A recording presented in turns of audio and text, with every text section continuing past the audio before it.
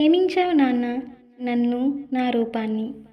మురిసిపోయావు నాన్న నీలా ఉన్న నా రూపాన్ని చూసి. సంతోషించావు నాన్న నా బుడిబుడి అడుగులు చూసి, నా ముద్దు ముద్దు మాటలు చూసి చాలా సంతోషించావు. గర్వపడ్డావు నాన్న నా ఎదుగుదల చూసి, నా నిజాయితీ చూసి. బహుశా నువ్వు చూపించినంత ప్రేమ ఏ తండ్రి చూపించలేడేమో.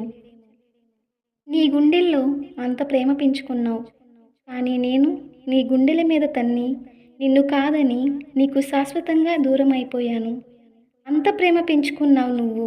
నేను దూరమైన తరువాత ఆ గుండె ఎలా తట్టుకుందో తలుచుకుంటేనే నా మీద నాకే అసహ్యం వేస్తుంది. ఈరోజు నా కూతురు చచ్చిపోయింది అన్న మాట అనిపించుకున్నాను అంటే దానికి గల కారణం నేను. నిజంగానే నీ కూతురు చచ్చిపోయింది నాన్న. ఆ రోజు నిన్ను ఏడిపించినందుకు ఫలితంగా ఈరోజు నా కొడుకులకి దూరంగా ఉండి నేను ఏడుస్తున్నాను నాన్న. ఎవరు చేసిన కర్మలకు వాళ్ళే బాధ్యులు అంటారు కదా, బహుశా అది నిజమేనేమో నాన్న.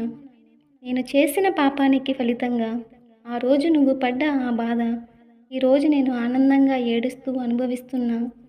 నేను అమ్మని అయితే కానీ తెలియలేదు నాన్న ఆ బాధ ఎలా ఉంటుందో అని. ఇప్పుడు తెలుస్తుంది. చివరిగా ఒక మాట చెప్పాలని ఉంది నాన్న. నువ్వంటే నాకు చాలా ఇష్టం. మళ్ళీ జన్మలో అయినా నీ కూతురిగా పుట్టి నువ్వు అనుకున్న రీతిలో నేను ఉండాలని కోరుకుంటున్నాను నాన్న.